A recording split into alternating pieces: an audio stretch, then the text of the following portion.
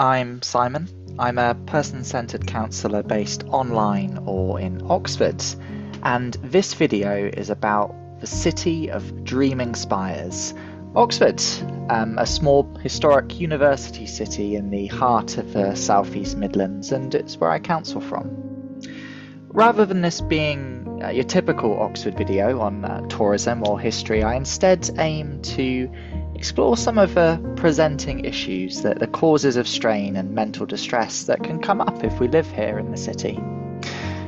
And this might present quite a grim picture of Oxford. My real aim is actually just to highlight some of the issues that might affect us if we live in the city. It could also create a sense of hopelessness, maybe hearing it. Many of these issues, they can be processed and supported with things including counselling, but they're often part of a system, a culture, or a work environment. This video is more going to look at highlighting these issues and outlining them. You might want to watch the whole thing. It may be you want to skip to a certain section of the video using the timestamps in the description. But roughly the structure is going to be Oxford University, student life, teaching, poverty, homelessness, working in the NHS, tourism, loneliness, political divisions including the low traffic neighbourhoods, farming, and then finally acknowledging that Oxford is quite a beautiful city and it has a lot going for it besides the struggles I'm going to bring up in the video. If you look at the link as well in the description, you'll see an article on my website, and that has all of this kind of script written out, and it also includes some links to all of the population statistics I'm going to be using. Most of them they're taken from either Oxford City Council's website or from the 2021 census. So, first up, Oxford University.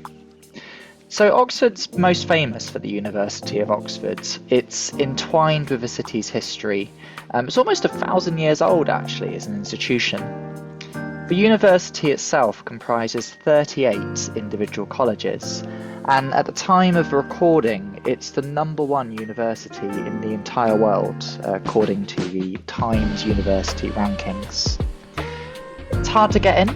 I mean, in terms of competitiveness for entry, there were over 23,000 applicants for just 3,300 graduate places in 2023. Or for the postgraduate places, there were 38,000 for 5,500 places. So all that means that only around 1 in 7 people actually get into Oxford. So what presenting issues might come up if we are actually studying at the most prestigious university? Firstly, competitiveness and mastery. Oxford University students have usually got straight A's and a wealth of extracurricular activities to support their entry into this top university.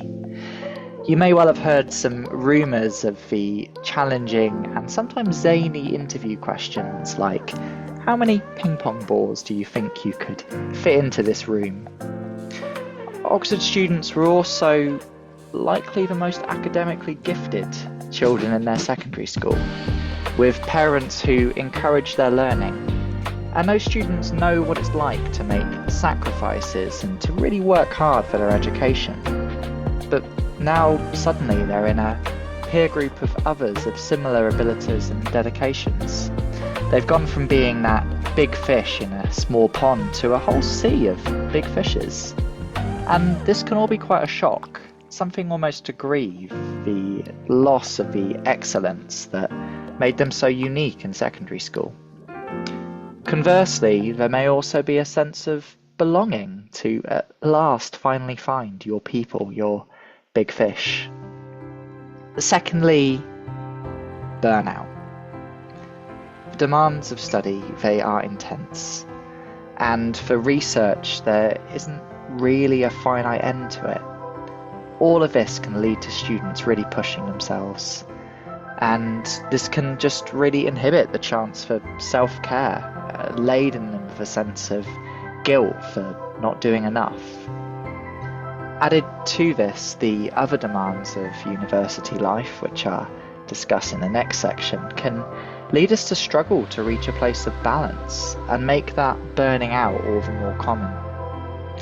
In fact, in 2021 to 2022, 13.8% of Oxford University students sought counselling, and over a third of those were for anxiety-related issues, which are easy to understand given those demands and pressures of studying there.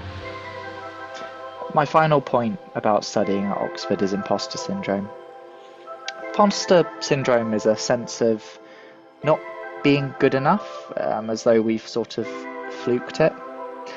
And that can really feel quite deep and emotional rather than a logical sense. It's hard to shake, even in the face of getting more and more achievements. In fact, ironically, progressing in our education and knowing more, it kind of creates an awareness of what we don't know. So imposter syndrome can actually deepen as somebody progresses academically or in their career. This imposter syndrome can also be aggravated further by those previous points about competitiveness with others at the number one university, and lead to a striving to belong, which can further contribute to burnout. We think we have fluked it, we might overcompensate, and that effort, that pressure, it's not sustainable.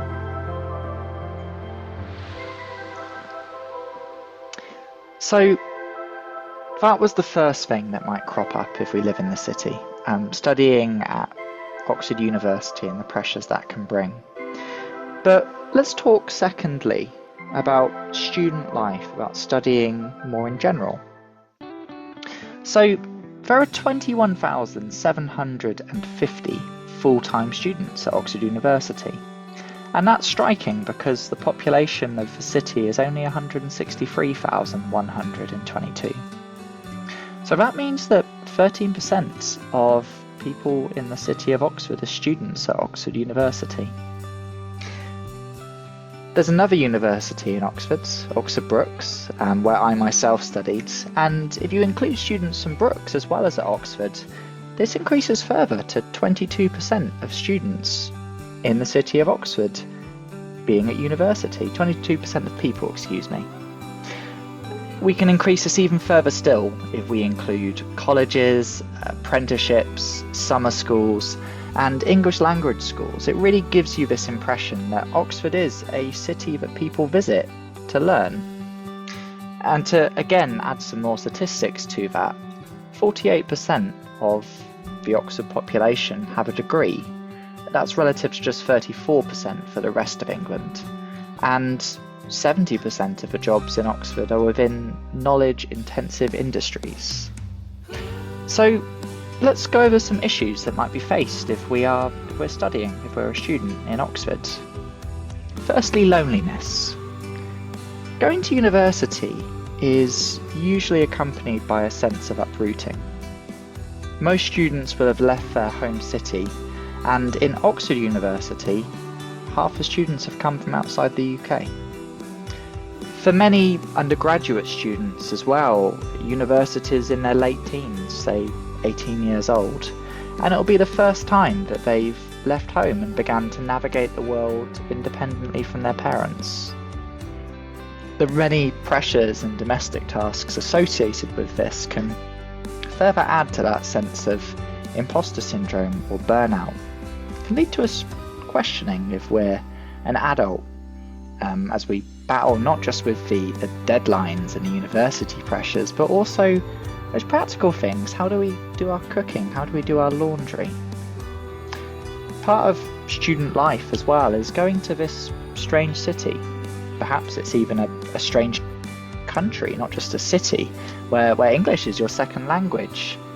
So going to a strange city on your own, away from the security of parental relationships, where you may well not know anybody. Added to that, many of the calming activities that you used to enjoy and engage with, things like your friends, your family, places you went to, hobbies. Many of those things are either hard to fit into student life or they're really tied to your home city. You can't do them. And this can all result in a loneliness from uprooting, accompanied by a grieving of a previous home you've lost, all the while having to mask all of that to fit in with peers that you've just begin to meet in student life. Secondly, fitting in and reinventing ourselves. There's also a loneliness that can come from trying to make new, meaningful connections in an unfamiliar city. This is followed by trying to follow social conventions, rules and traditions of the peers or university you've joined. Oxford's, for example, has many traditions and etiquettes, such as the formal attire you must wear at formals at meals. And new students also trying to fit into different social groups, wearing many a different hat. They're likely meeting many different types of people during the Freshers' Week, and each person or group of people will have different interests or ways of being to belong. University can be a place of discovering yourself and discovering what you enjoy, but that can also be matched by a sense of anxiety at not quite knowing who you are or what independence looks like. Thirdly, alcohol. Many of the university societies and social events, especially during Freshers' Week, revolve around drinking. And added to that, many students will have just turned 18 and left home, giving them the freedom to drink and party as much as they'd like. This can create a sense of indulgence without this parental regulation. It can be really enjoyable, but with the background pressure of change and responsibilities, it can also risk us verging into addiction or unhealthy drinking patterns. The associated anxiety of study can also prompt drug use to aid sleep, concentration, or just to escape from the pressure. Someone who's in recovery from substances or who doesn't drink, say for cultural reasons for example, they might feel even more that loneliness of going to university. They might feel it more intensely without having alcohol as a common interest. If you're considering giving up alcohol, you may be interested in my YouTube videos on the same lessons that I've learned from working in recovery the last 5 years, but also in giving up alcohol myself this last year. Or you can read my blog on it at www.simonslistening.co.uk. So that was student life, and related to student life, our next subject is teaching. Teaching really does carry its own stresses, and this applies to lecturers, but also to primary and secondary school teachers, and it's school teachers that I'm going to base this section on. School teachers are expected to play many roles, teaching children of different academic abilities, special educational needs provision, and working with children with English as a second language.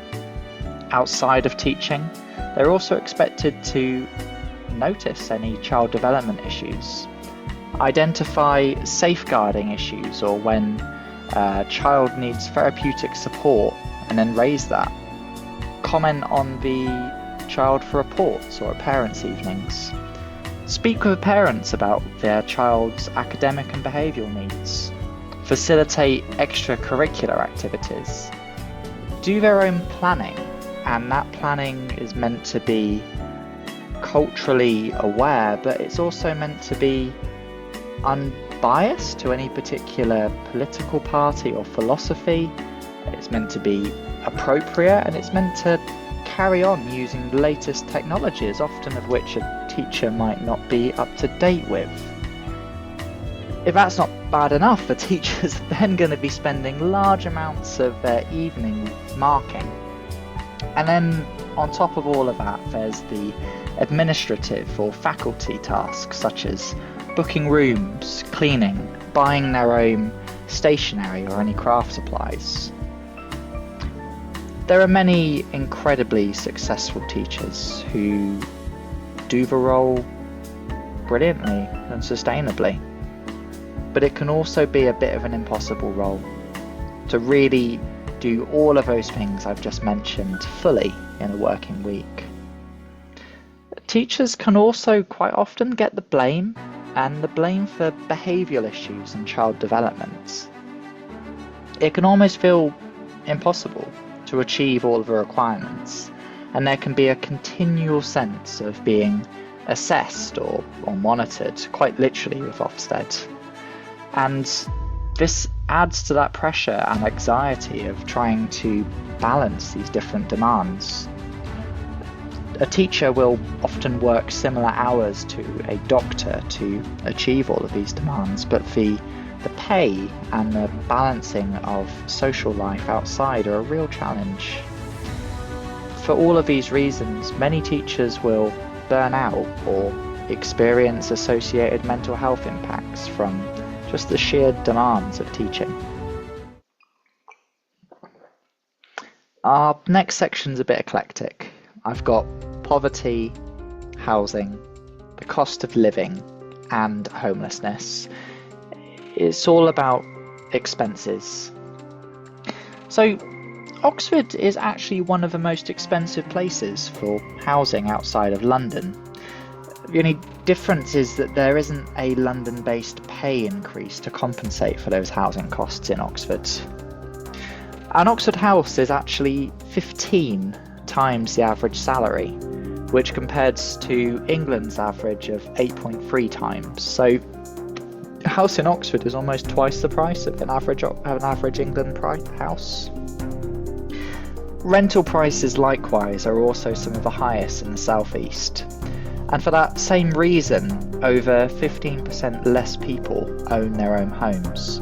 And a larger portion of the salaries we do get will end up going on our rent or our mortgage. So this means that a lot of workers in Oxford, because of the price in the city, will either commute in, spending many an hour being stuck in traffic, or get stuck in a vicious cycle of renting and high housing costs. The high rental prices also affect our premises, with businesses in the city putting a lot of their profits back into their building to renting, and that can get transferred to the customer, which can mean higher prices for goods and services from businesses who are really just trying to survive living in the city. And so all of this makes a pretty bitter cocktail when people already have less disposable income due to housing costs.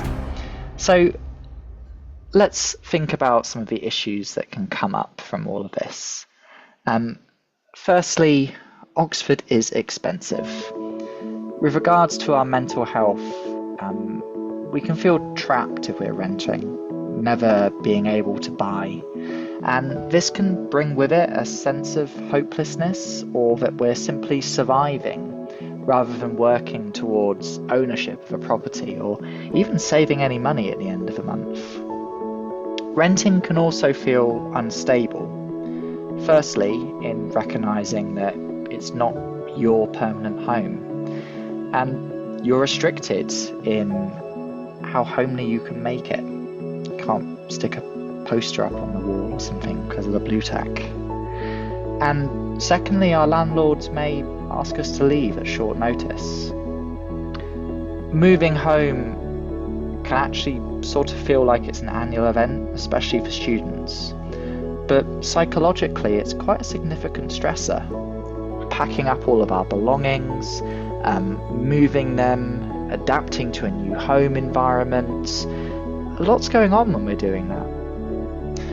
It can also result in very real financial difficulties and money worries about simply surviving, let alone having disposable income to be able to do things that are enjoyable or get support. Secondly, poverty. Renting in receipt of benefits like universal credit can be really tricky, as the local housing allowance is often below rental rates, meaning you may need to contribute towards the rent if you are on benefits. The no DSS policies were outlawed officially in 2020, and that means that a landlord can't exclude you from renting if you're on benefits, but the high prices alone or the deposits and rents in advance can be quite exclusive. Oxford does have a scheme, the Lord Mayor's deposit scheme, where the council will pay your deposit for you in the form of a bond, but few landlords actually accept it. So although it looks like there's a solution, in practice it isn't quite so accessible. So all of this means that the poorest households can struggle to afford to live in the city, and 20.9% of people in Oxford live in social housing. Social housing is also pretty saturated in Oxford, with only 5% of people on the General Housing Register ever being offered a house each year. In fact, I've worked in homelessness now for a decade, and in that time I've seen the waiting lists for move on into social housing increase to pretty much 8 times as long. This has led to significant areas of deprivation within the city of Oxford as well. There's this thing called the Index of Multiple Deprivation, which measures relative deprivation in England, and this goes beyond just measuring poverty as a financial measure. It actually looks at 7 different domains, so income, employment, education, health, crime, barriers to accessing housing services, and then the living environment, both the environment indoors and outdoors, like parks, etc. So anyway, this index of multiple deprivation found that 10 of Oxford's 83 neighbourhoods are among the 20% most deprived in the whole of England. We can expect low skill, low incomes, few facilities, much higher rates of crime, more mental health struggles, as well as a shorter life expectancy. And it's quite pronounced when you look at it. There's a difference in life expectancy of 13 years for men or 9 for women in the areas of higher deprivation compared to more affluent areas in Oxford. So just like the hopelessness caused by high rents, there can be a sense of feeling trapped within our deprived areas, being disadvantaged in almost every single domain, and it's not because of our effort or our motivation, it's just because of the environment we've settled or grown up in due to Oxford's inherent issues with poverty and the housing costs. Number 3, homelessness. So, due to these barriers in housing, Oxford has high rates of homelessness, or people living in either temporary or supported accommodation. The city does have quite good homeless services, but the previously mentioned issues with housing can really block housing pathways in homelessness and make it quite difficult to leave homeless services, which goes a long way to explaining the 20% increase in homelessness in Oxford relative to the rest of England. There are 1.8 homeless people for every 100,000 people in Oxford compared to 1.5 outside. Homelessness is quite a complex and multifactorial issue. You may want to read my article on 30 obstacles facing homeless people that I wrote after my first decade of homeless Oxfordshire. And again, on that note, you can visit my website at www.simonslistening.co.uk and you'll find that article in the blog section. I will summarise some of it though and just say that homelessness isn't just about housing. There are usually other support needs that need looking at, such as mental health, substance misuse, offending, debts, education, working through trauma, safeguarding, and meaningful uses of time. And these need navigating in a way that is safe and secure, as well as the whole battle of trying to find permanent, sustainable accommodation. Counselling has its place alongside these other interventions, but it needs to be at a client's pace rather than contributing further to the trauma or overwhelm that people in homeless services often face. So that's the financial situation in Oxford. Our next topic is the National Health Service, the NHS. Oxford City happens to have a few hospitals for both physical and for mental health. There's the John Radcliffe, the Nuffield, the Churchill, the Warnford, and Littlemore Hospital. Furthermore, most of these are part of Oxford University NHS Foundation Trust, meaning they're teaching hospitals. Just like the university itself, people come to Oxford to both learn and practice medicine. In terms of the health of people in Oxford, we're fairly healthy. We are 7.1% more active and have 13% less weight issues than the average Brit.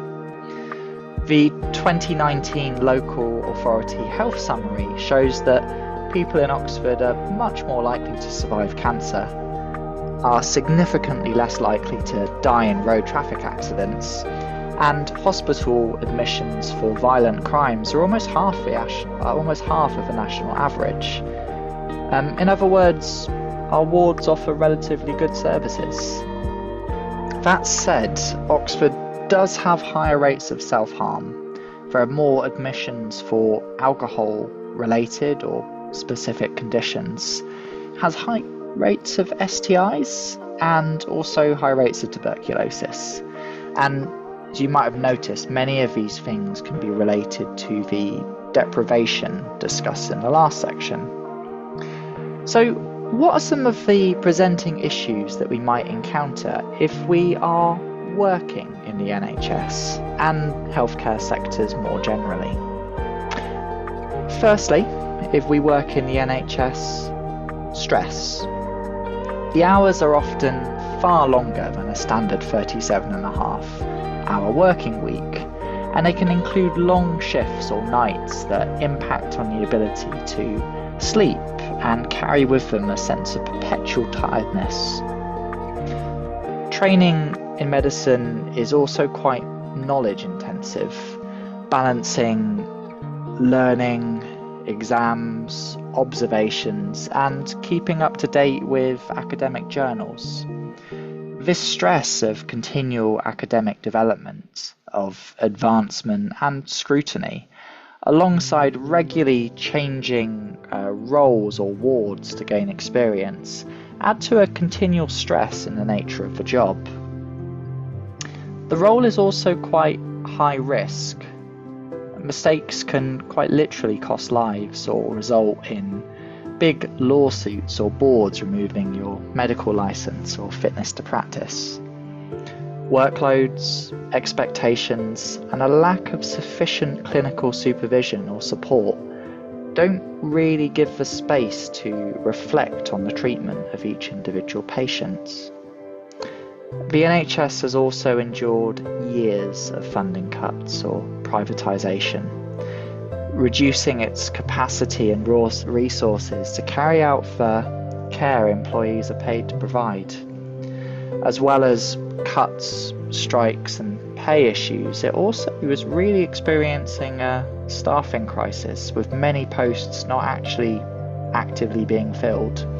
And this can all add to that pressure to the staff covering those roles. Secondly, burnout. It's hard to strike a work-life balance when doing shift work. You're working many hours, and it's hard to fit in a life when that's your week. It also carries with it sleep deprivation, and academic pressures can mean that when we finally do get time off, it's not really time off. So enjoying a life and family outside of the demands of a job can be difficult. Systems can also normalise suffering. Empathy burnout can be a symptom, as we just don't have the capacity to give anymore. Empathy for ourselves can also be drained, let alone empathy for others. Patients in hospital are often experiencing big, high-stress existential issues and fear for their families. Their family are ill or dying. This strain often presents in our shadow side when we're stressed. And for this reason, these stressed patients or family of patients, for the same reason, there can be a bit more abuse. NHS staff can suffer a lot of harassment just at the hands of stressed patients and their families. It's not tolerable, it's not right, but it is something that they are more exposed to than the general public. There's also a lack of support. 48% of NHS staff who took leave didn't feel supported. There can often not be room for debriefing after an incident, little clinical supervision, or there can be HR systems that fail to feel personal and recognise us as an individual rather than just following a procedure. Thirdly, mental health, and I'll go through a number of mental health issues that can crop up. Trauma and complex PTSD. The general public are quite rarely exposed to death, serious injury, abuse, grief or gore. Medical professionals, on the other hand, will experience these probably daily within their role. Picture an ambulance driver being the first on the scene to a road traffic accident, a gory injury or a heart attack where the patient died. This same experience would evoke trauma responses in people who have witnessed them, but they can become routine for the professional. Repeated exposure to traumatic events without the opportunity to process, though, can result in very human trauma responses, such as complex PTSD. And this same thing can be experienced in other high-stress careers like policing, homeless services, social services, the council, social care and fire services. Anxiety. We may experience not being able to switch off after a shift on the NHS, wondering if case decisions were adequate or right. We may feel panic, dread, we may have panic attacks even about going into work and facing more demands from an overstretched system. And a system is often based on policy and procedure, a more logical, thought-based system and less of a emotional one. It can engage the rational worrying brain, but sometimes we also need space for our feelings to be processed and for our concerns to be heard. Next, depression. There may be a sense of disillusionment about making a difference. We may feel as though we're burning out into a shell of ourselves. We may experience a sense of numbness, a lack of hope for an improvement as the staffing crisis continues, or a detachment from ourselves and our own needs. And then the final mental health issue I'm going to talk about is death anxiety. Repeated exposures to death, terminal illness and near misses. It's part of being in the NHS, but it can make the reality of our own mortalities all the more vivid and carry with it this deep existential angst. We may also experience health anxiety. As our medical knowledge increases, we might start becoming more aware of rare conditions, cancers, and start to worry that we have it, or develop a tendency to research and fixate on our aches and pains.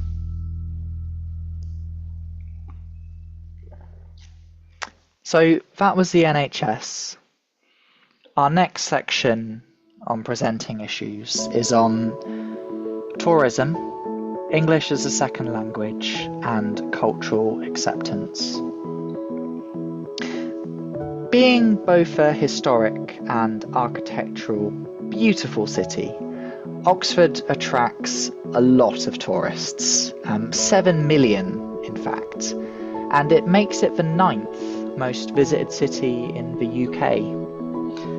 Many attractions like Oxford's 38 stunning colleges, which includes Christ Church, where the author of Alice in Wonderland lectured at, and which inspired the horse scene in Harry Potter. That, as well as several museums, history like the Martyrs Memorial, beautiful buildings like the Radcliffe Camera, our castle complex, good old-fashioned pubs and shopping, a stunning view of the River Thames, the Isis, and several theatres. All these wonderful things attract a lot of people. Summers can feel quite diverse and vibrant in the city as the students leave and their term finishes, and the city is swarmed by groups of people who visit to learn English or just to see the sights the city has to offer. After all, it's close to London or Shakespeare's Stratford-upon-Avon. Added to this, 18% of the population of Oxford have English as a second language, relative to the national average of half of that at 9%. 2.3% of the population of Oxford cannot speak English or can't speak it well.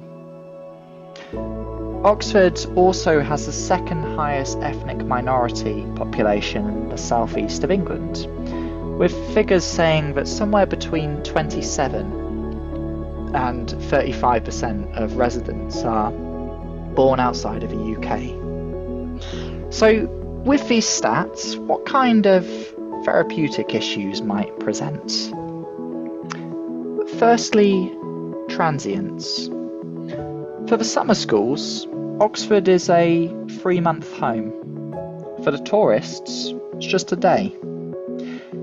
Even though Oxford is a comparatively small and busy city, all of this can create a loneliness or a temporary essence to the city. You might struggle to find meaningful connections or experience a sense of homesickness. You may have had regular support like counselling back home, and a visit away means separation from support systems around you, or needing quicker, more solution-focused support. A tourist is also new to a city, both its customs and geography, and that can be anxiety-invoking. The feeling of being lost, both geographically, but also lost and isolated culturally. Secondly, diversity. Being in a minority population in general carries with it risks around acceptance, discrimination, inadvertent exclusion, and a lack of understanding to your cultural preferences or expectations. Added to that, the same sense of homesickness described earlier, and a potential feeling of difference when trying to find a community and a sense of connection within the city can all affect us if we're from a minority population. And then thirdly, English as a second language. Not being able to communicate can be a constant source of anxiety. It's a barrier to community, to inclusion, and to services. The city can feel foreign, and you likely experience this perpetual sense of getting it wrong. Safe places to practice and learn English are vital. Places like what organisation Fellow, FELLOW, provide, as well as opportunities for a break from learning. We all need space to unmask and to relax, and if English is our second language, part of that is just space to be able to speak our mother tongue.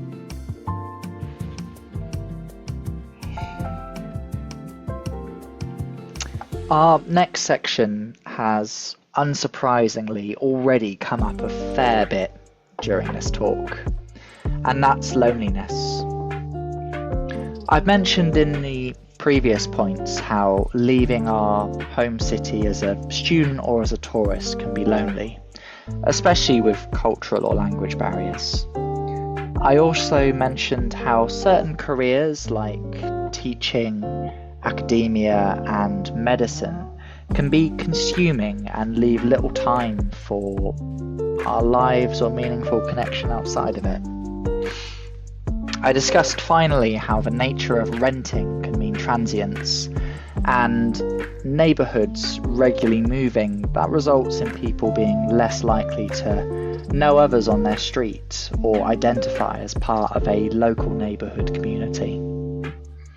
Oxford can be a busy place with landmarks, visitors, restaurants and theatres, but community has actually gradually declined, and groups like social clubs or church membership are increasingly less a part of people's identities.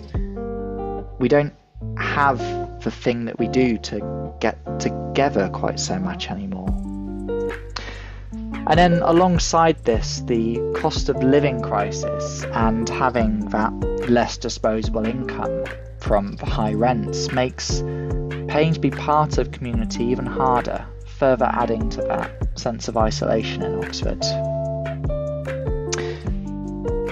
When you think about loneliness, what's the first picture that kind of props into your mind? For many of you, it may have been a stereotype of a much older person. Maybe they've got health issues, their partner has likely died, they're living alone. That's probably the image that cropped into your head. And let's go with that. So in 2018 there were 30,000 pensioners living alone in Oxford. And this is true. I mean, living alone and being a pensioner, it carries risks of social isolation by having less routine due to retirement, and health issues can further add to that. The loneliness, isolation, and barriers to accessing services if we say have mobility issues. At first, this older person I stereotyped At first I stereotyped loneliness just that way, as being more endemic in elderly people. However, it can affect all people and is more than just being socially isolated, though social isolation and loneliness do go hand in hand. Loneliness is rather a painful feeling of disconnection in response to social isolation of meaningful connection. Excuse me, getting tongue-tied there.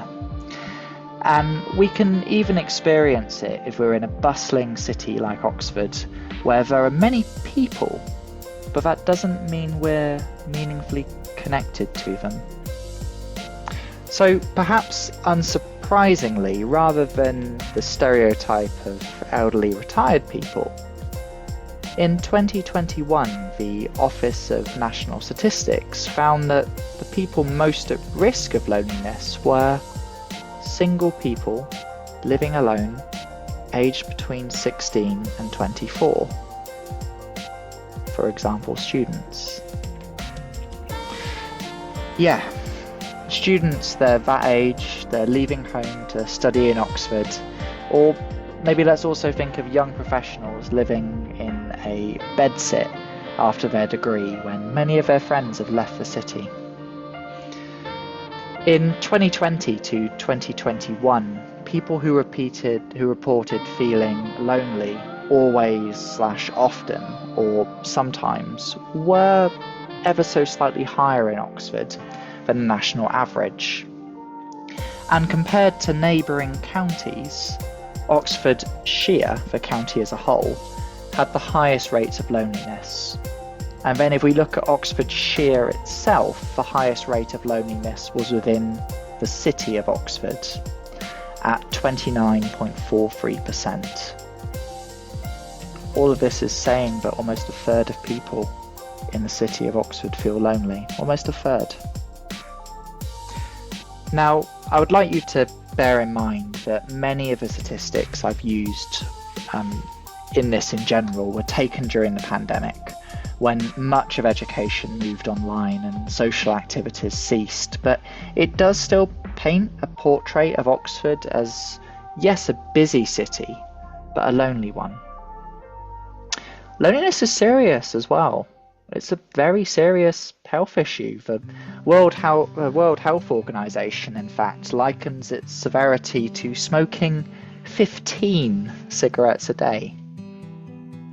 Loneliness increases our risk of dementia, increases our risk of heart disease.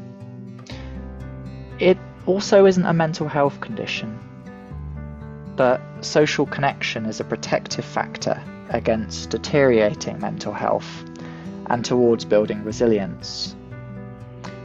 If we're socially isolated from meaningful connection, from support, and from friendships, then enduring mental health conditions such as depression, they're more likely. I mean, we're a social animal, aren't we, after all? And then furthermore, there can be a stigma to loneliness, as though we're somehow defective socially if we experience it. And this can result in fewer people reaching out for support when we feel lonely. And the associated impact on our self-esteem can impact our social skills and our confidence. It can sort of trap us in a perpetual state of loneliness. My coffee is now finished. Our next subject is political divisions such as the LTNs.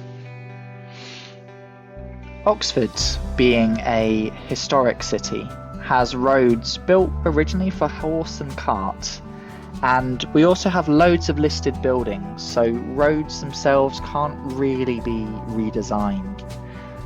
The problem is that Oxford doesn't have the infrastructure for being the 9th most visited city in England. Our roads can't really cope with it. So if you come to Oxford, you'll see quite a lot of cyclists. It is convenient and it's quite nice for leisure. Plus, parking is really hard in Oxford, so people bike. And in fact, the 2022 Active Lives survey found that 41.7% of Oxford residents had cycled at least once monthly, and that's one of the highest in England. Final thing is that the city is quite keen to reduce carbon emissions and traffic in local neighbourhoods. All of this together in 2022 led to the decision to implement low traffic neighbourhoods, or LTNs, which involve closing off some of the smaller through roads with bollards and filter traffic through the larger roads. The idea behind this was to reduce emissions, to create much fewer cars on the road as car travel became a bit more of a hassle, to encourage people to find alternate means of transport such as buses, bikes or walking, and to reduce traffic in local neighbourhoods, which would create a sense of safety and community. Since the LTNs, we have also had 20-mile-an-hour limits being put in place pretty much throughout the city, and the use of automatic number plate recognition, or ANPR, cameras to limit who can use certain roads. There are also more traffic filters planned in the future, such as limiting access to certain roundabouts, such as St Clement's with these ANPR cameras. The traffic filters have sparked a lot of debate and disagreement for people on both sides, with demonstrations hitting the city both for and against LTNs. Remember, in 2022 we just emerged from the COVID lockdowns, and for some there was a sense of gentrification, of being controlled, of our rights to travel or drive being taken from us. The bollards were forcefully uprooted from the ground by disgruntled residents, with the council spending literally tens of thousands to fix them over the years. Conversely, other citizens, the pro-LTN citizens, saw it as resistance to their peace and privacy, a move against sustainability, and defiance against law and order. These people were standing in place of the bollards to try and reinforce the traffic measures. A simple traffic calming measure to try and do all these things, it ended up turning neighbours against each other. We went from town versus gown, a typical saying for this kind of animosity between students and people who aren't students, to LTN versus drive free again. And political division is a thing in Oxford. Actually, as I wrote the script for this in early August, there had been quite major protests on immigration across the country by far-right groups stoked by the Stockport stabbing. Likewise, there were anti-racism protests, with protests at Carfax, Bond Square, and outside Asylum Welcome on Magdalen Road. So, debate has long been encouraged within the academics in Oxford. But political differences can also have impacts therapeutically on individuals and within communities. Political disagreement can become a major source of distrust, a barrier on an already fragmented community, an inciter of hate that actually vilifies people and can begin to make them feel as though they're unsafe in their own city just because of their political views or their cultural heritage.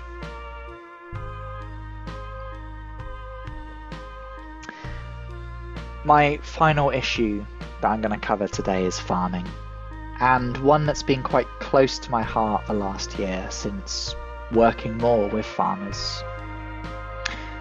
Did you know that 71% of Britain is agricultural land? And for Oxford, 74% of Oxfordshire is agricultural land. Farming does have some issues that make it particularly difficult as a lifestyle or occupation, whatever you want to call it at the moment.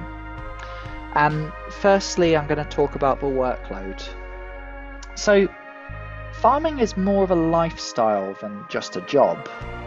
You can't go away at the weekend or take time off when your livestock need regular tending to. Likewise, seasons can be particularly busy, such as during harvest. Farmers will often work more hours than a doctor, and the work is really difficult, hard labour. In fact, 52% of farmers experience pain or discomfort, and 25% of them have mobility issues, which makes the graft all the more difficult when you're in pain. Finally, farmers these days are also balancing the intensity of the farming itself with the administration that comes from managing their own farming business, and also a lot of regulations that they have to follow. Secondly, family. The previously described intensity of the work has presented difficulties in succession of farming businesses, leaving it to the next generation. Farming is both a culture and also a community. Often farms are inherited from parents, and new generations aren't necessarily wanting to inherit the business, often moving to the city rather than continuing. The intensity of the work itself can also make it difficult to rest, to spend time with a family, or holiday, or even leave the farm for a day or a long weekend. It's not so optional for farmers.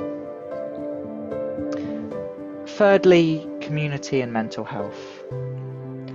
Mental health and well-being are less spoken about within the farming community, with a culture of ploughing through difficulties, yet issues are incredibly prevalent. The Royal Agricultural Benevolence Institution, RABI's Big Farming Survey, found that 36% of the farming community are likely to be depressed. 58% of women in farming are likely experiencing anxiety.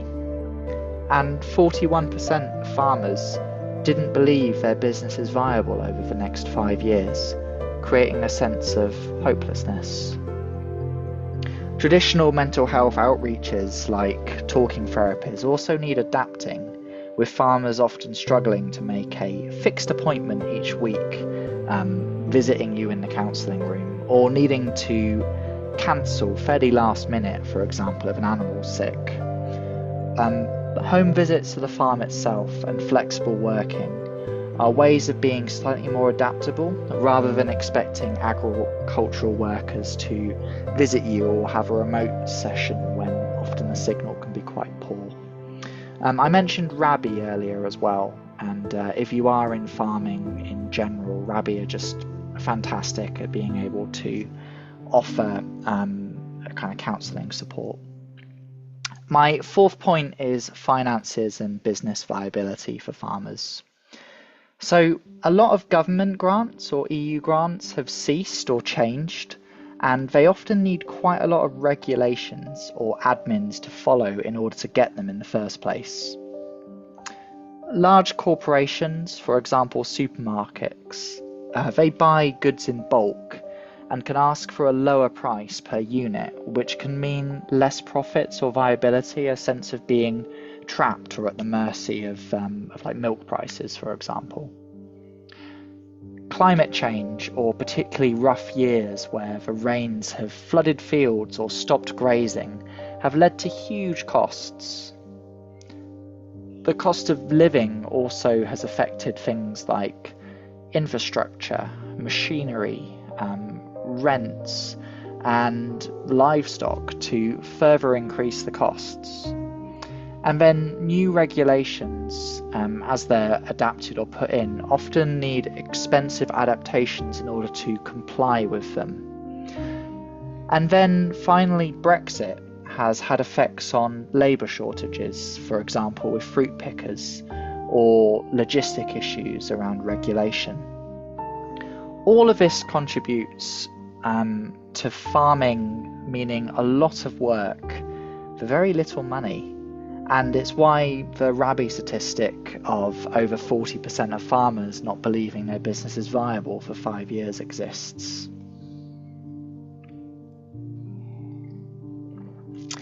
My final point has to be less bleak, and I'm mentioning it because a lot of what I've said so far sounds quite depressing, and that is that Oxford is a beautiful city. I actually grew up in a small rural village within the Vale of a White Horse in the south of Oxford. I moved to the city in 2006 to study at Oxford Brookes University, and I've lived within the Ring Road ever since, and now in Cowley since 2017. I've lived in Cowley, this is where I'm based now as a counsellor, and where I work in homeless services, particularly within addiction.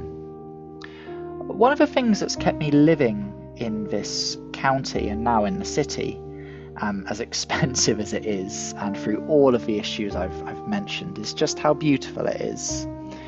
I honestly mean that as well. I love that I can walk a mile and be in the city with classic architecture, history, shops and sites, or local clubs and meetup groups. I also love that I can walk less than that and be in nature, whether that's punting on the Thames, seeing foxes visiting our garden, a leisurely run along the riverside to Sandford-on-Thames, getting lost in the beautiful woods at Shotover County Park, or just a gentle walk through the many nature reserves like the Lye Valley. I've painted the citizens of Oxford as being overwhelmed, burnt out, poor, struggling with our mental healths, is not doing well really. These issues are all things that are likely to affect us, and it's important that we're aware of them. I also do want to really bookend this final point and emphasise that it is a beautiful city. I'm proud to live here, and I've no intention of leaving. So, finally, support.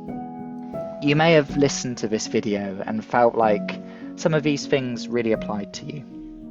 Maybe you're visiting the city as a student or tourist. Maybe you work here, you're a teacher, you work within the NHS or a farmer. You may be struggling to survive, crushed under the expense of a city. Or maybe that thing on loneliness really connected with you. Whatever part it was, counselling can help. It helps to draw out your inner resources to find solutions to the difficulties you face. I would love to work with you. I offer counselling face-to-face in Cowley, or I can visit your home if you live within the Ring Road or have a local farm. I also offer remote counselling through telephone or video, much like this is recorded on Zoom, if you feel more comfortable with that. I offer a free half-hour chat to see if I can be of help and to see if you get a sense of if I'm the right person for you. My email is simonslistening, that's SIMONSLISTENING, simonslistening.co.uk. And my number is 077 498 70502. You can also read more about me or other articles I've written at www.simonslistening.co.uk, or follow me on YouTube or on Facebook at Simon's Listening Counselling Services. Thank you so much for listening to all of this. If you'd like to put any comments, I would love to hear about your own experience of living in Oxford and just some of the challenges that might come from being a fellow Oxford citizen like myself. Comments, whether on the article or on YouTube, are out in the public domain, so just bear with me, bear with others, just consider confidentiality. And for my next long-form article and video, I was thinking of touching on a lighter topic, and I've been embracing my geek side a little bit more in my content. So I was thinking about looking at the benefits and challenges that video games can provide for us. Anyway, thank you.